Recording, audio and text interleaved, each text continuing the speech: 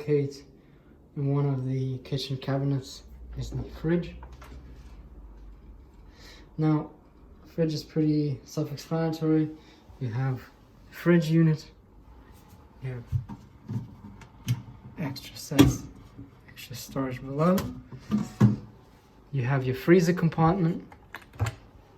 So if you want to make some ice cubes, or you put your frozen food, you leave it in here. Make sure that it's locked so it keeps it nice and cool. Then if you ever want to switch or change how cold the refrigerator gets, normally the default is at 3. You would have to use some sort of key.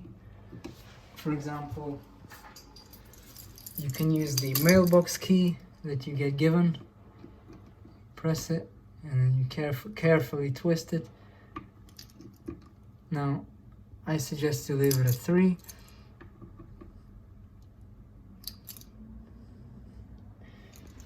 And that's pretty much it.